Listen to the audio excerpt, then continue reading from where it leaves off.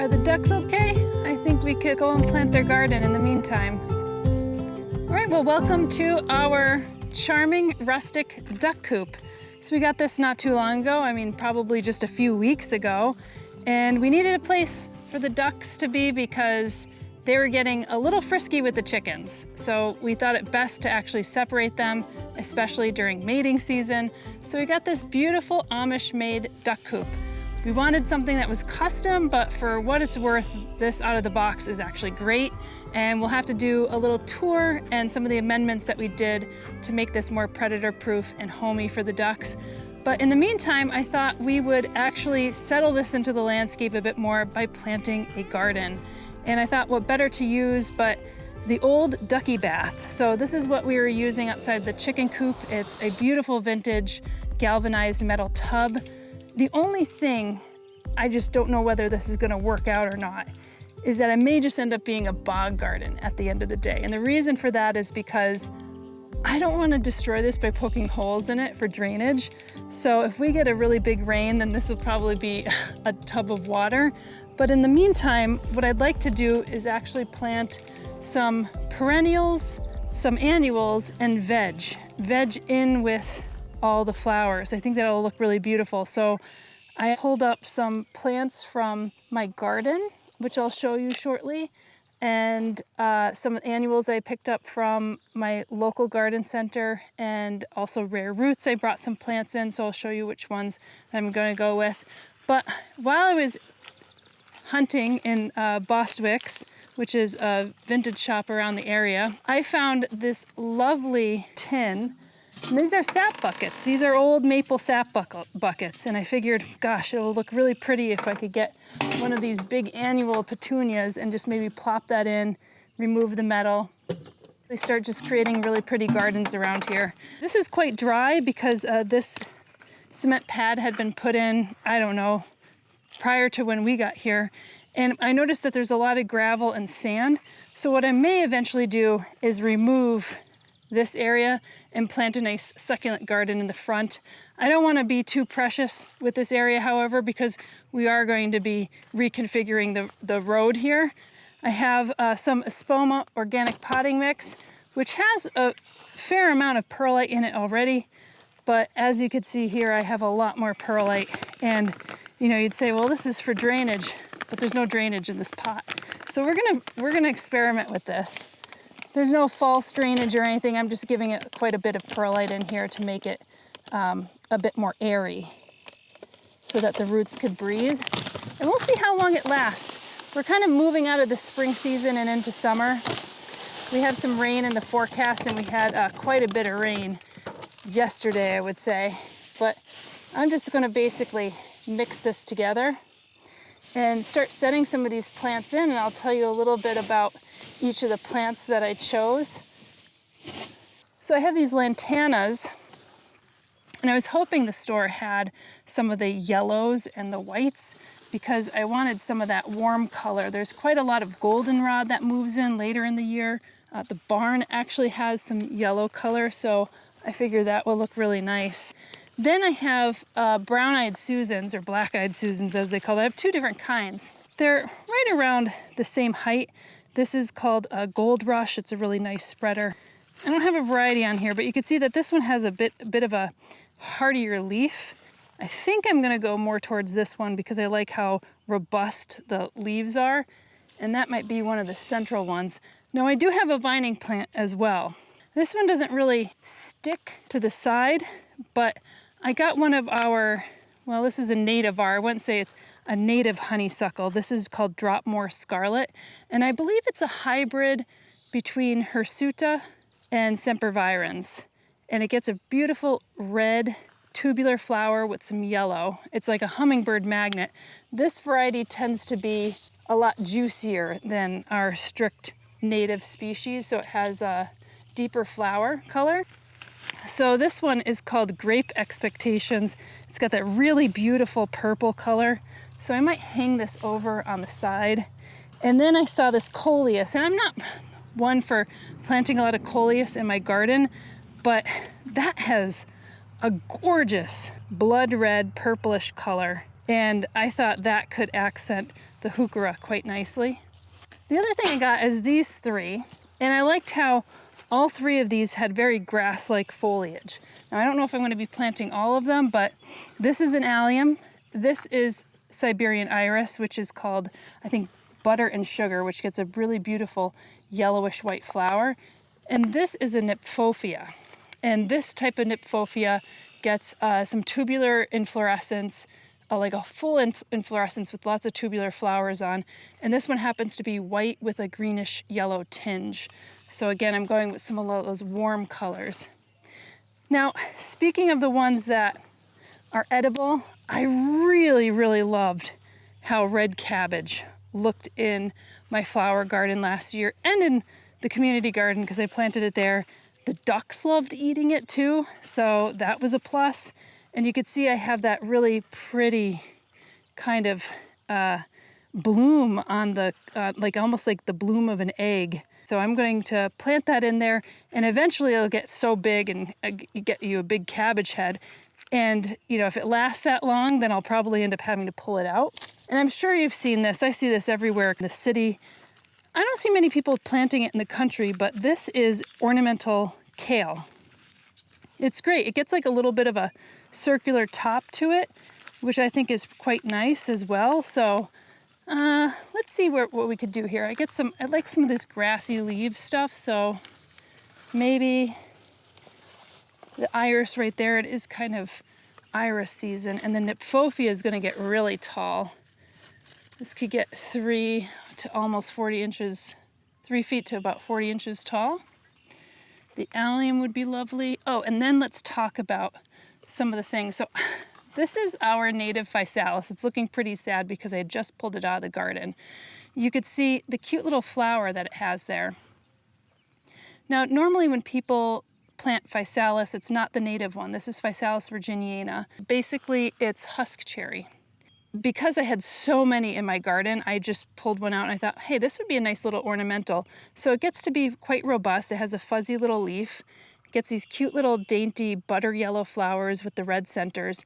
And we have, I would say maybe 4 specialist pollinator bees that specialize specifically on this plant. So we have an Adrena bee, we have a Perdita, and we have 2 Coletes or cellophane bees that specialize on this plant. So that's part of the reason why I wanted to plant this plant. It's a perennial in our area, which is really lovely, and it's edible. So that's like a win-win-win in my estimation. So we'll probably plant those on the sides and hope they revive. And of course, you can't go wrong with this beautiful purple basil. I think this is ornamental, it's edible. You could see that it really matches the color of that grape expectations. It's a nice spreader. I've done the mistake of planting basil too early in the season, and it kind of frosts and wilts because I'm always so tempted to plant the garden a little bit earlier. But I think this will look nice and it'll love the heat.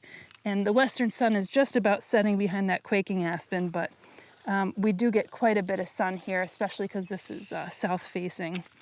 So, oh, and then I have Nepeta, which is also blooming right now. This is the catmint, and this will spread quite nicely. It's a perennial. If I don't fit it in here, I will definitely put this. I have like places for these in my garden as well. So, but I think I could fit a lot. I mean, this ducky bath was quite big. I do want to give a little bit of room for the cabbage and also the kale because these will get big. But look how cute that is. Let's start planting this up. Check out the roots of that. If you want, you could tease them out a bit. And we have lots of brown-eyed and black-eyed Susans in the meadow that this faces. Oh, I think this is the one. Oh yeah, so this is Goldstrom. And this gets just around 24 to 36 inches. So that does get a little bit taller than this one. But I really like this leaf. And we have quite a lot of black-eyed and brown-eyed Susans in our meadow, so it's going to be great that this will reflect some of the plants that will be growing later in the year. Okay, this nymphophia, again, really nice, tall, big plant. This is from Rare Roots. I really like this color of nymphophia. Most of them are kind of like oranges. You'll find them in yellow, like an orange-red. But I like this white one with this kind of understated green. Again, the heuchera. This one doesn't always love being in sun, so you will have to keep it well watered. And irises. A lot of my dark colored, moody irises are out in our garden right now. And this one looks like it's just about to bloom right there. So that'll be fun. See, this is the Spoma potting medium. And I also have some flower tone, so I figured I would put some flower tone in here before I plant everything. And you know, some of these annuals like to be fertilized every week or bi-weekly to keep them looking nice all season long, because a lot of the annuals will bloom up until the first frost. I hope the duckies are okay. Scoopy poopies. Oh my goodness sakies. It's okay, it's okay. Yes, my little paddle duckies. Come, come. Yes, I know. You're okay.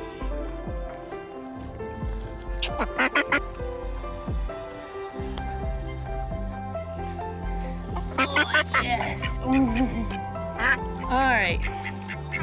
I got my little helpers. None of them have hands, so they're pretty useless. What do you think, Faro? I think I want to eat your plants. Yeah, you like this? Mm-hmm. Yes, very nice. Oh yeah, I like the way this looks. I think with the galvanized metal, it kind of gives that more rustic vibe, especially because like this one is a bit more rustic than I think we would have liked, but this coop has grown on me. I really enjoy it. I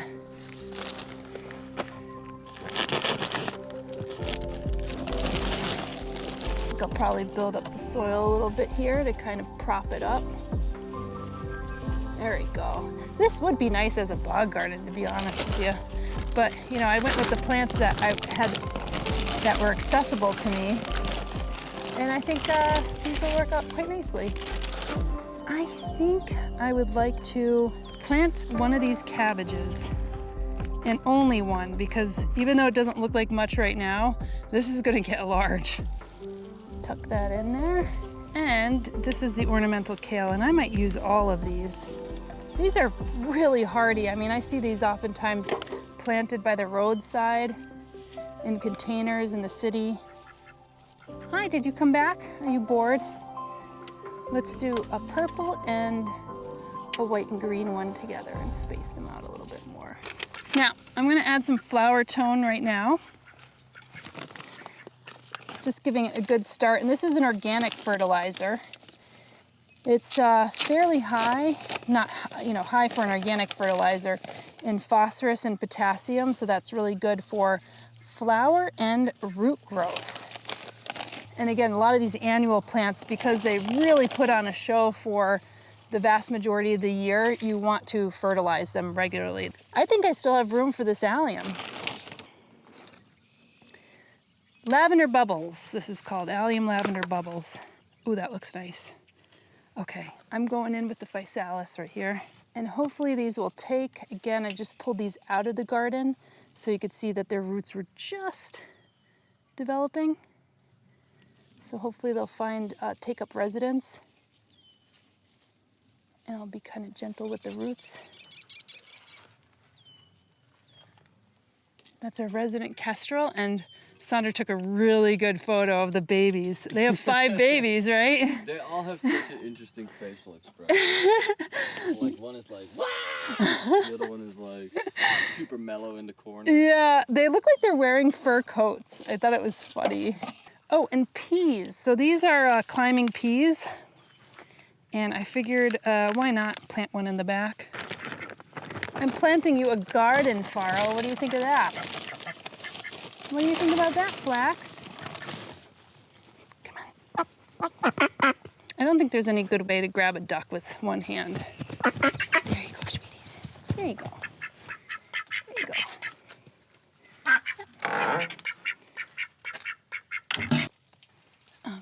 we go. And these are gonna grow up the side. I might even actually apply something to the side so that these honeysuckles will grow up.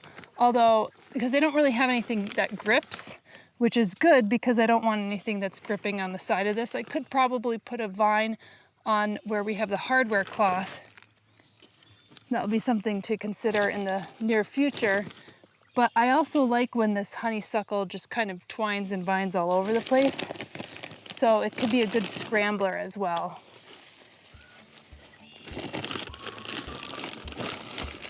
Each one of these, if they're happy, is going to spread out. So I want to plant this thickly and densely, but I also want to give them some room too, some elbow room. Let's water it in.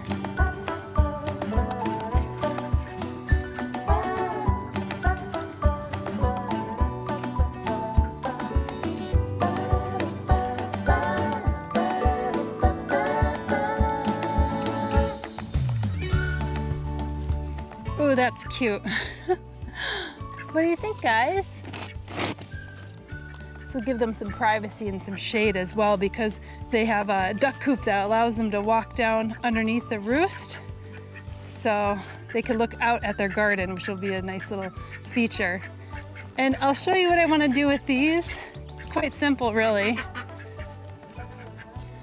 I'll either just get a metal cutter or I'll untwine these because I just saw they're hooked in there. These went through a pretty crazy rain yesterday, so they're a little floppy, but I think these yellow petunias look quite nice and we could line the door with them. So in the morning when I let them out, they'll kind of look like that. But I think this is starting to look really nice. Like I said, this is just really plopped in the landscape. We have been planting a few trees and dotting them throughout. Fingers crossed that we'll be young enough to see them grow really big. But if it's not us, then maybe somebody else who takes over the property when we're gone. But this little duck coop, it may be temporary, but it may stay here for quite some time. I don't know. I mean, the more that I look at it and the more that we plant around it, it starts to feel more settled in the landscape. So that's the project for today. We'll see you in the next video. Bye.